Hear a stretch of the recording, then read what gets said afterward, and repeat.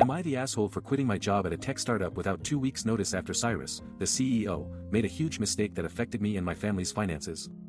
So I quit my job as a software engineer at Novatech, where I'd been working for about 3 years. My last day was supposed to be in 2 weeks' time, but things escalated quickly.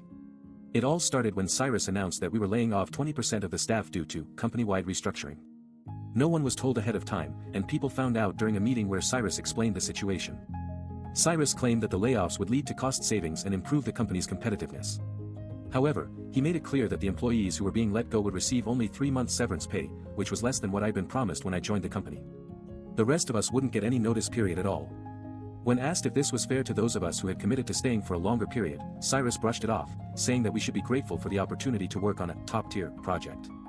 Things got even worse when I confronted Callie, our lead developer, about the lack of transparency and poor communication from Cyrus.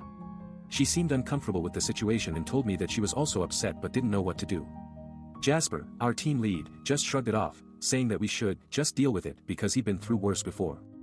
When I went back to my desk to gather my things, Cyrus called a meeting with HR to discuss my departure. He told them that I was leaving because of the layoffs and said something about me being a disgruntled employee.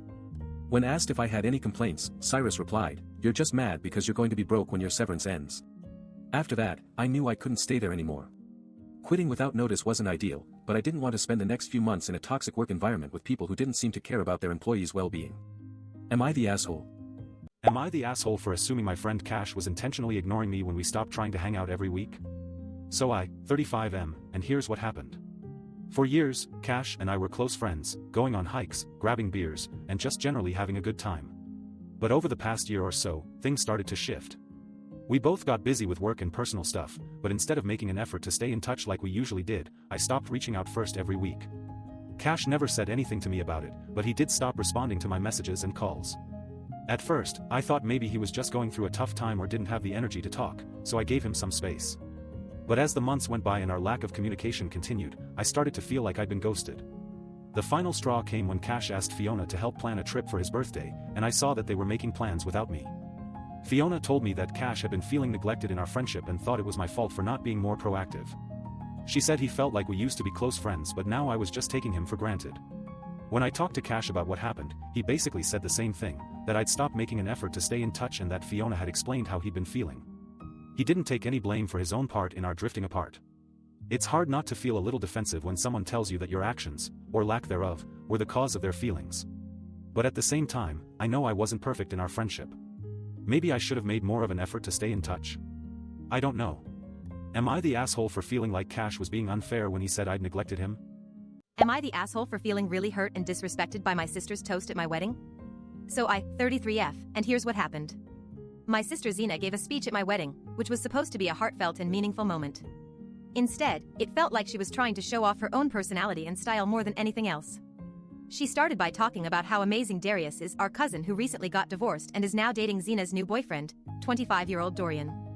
Zena went on and on about how Dorian is the love of my life, and that we're going to have a bunch of kids together. She even mentioned that she had already started shopping for diapers and onesies, which was just weird. Then, she proceeded to share some embarrassing stories about me from our childhood, like the time I got kicked out of school for drawing on the teacher's desk. What really took the cake, though, was when Zena brought up Darius's recent divorce and said that he's now so lucky to have me as a partner. She basically implied that she's been holding out for him, waiting for him to get over his previous relationship so she could swoop in and steal him away. It felt like she was trying to one-up our parents, who were also giving speeches at the wedding. I mean, I love my sister and all, but come on, it was Zena's turn to talk about me, not about Dorian or her own feelings. And besides, I'm still getting used to being married, let alone planning a family with some guy who's only been in the picture for what feels like 2 weeks. The whole thing just felt really insensitive and awkward. Am I the asshole? Am I the asshole for being furious with my dad for going through my phone? So I, 34M, and here's what happened. Last night I was sleeping over at my friend Devin's place and we were hanging out in his living room until late, catching up on some old movies and laughing about our favorite sports teams. My girlfriend Callie had been bugging me to set up a backup phone number for her because she's been having issues with her current carrier, so I decided to go ahead and buy a new SIM card and switch my numbers around.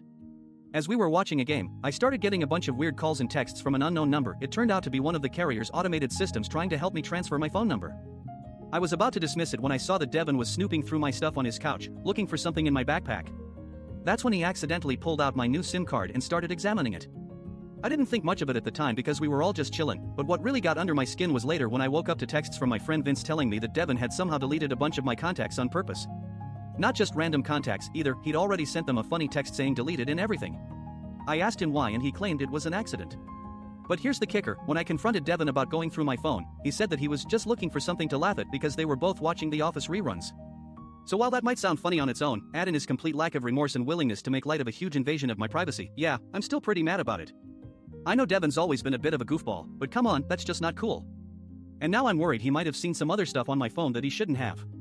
Am I the asshole?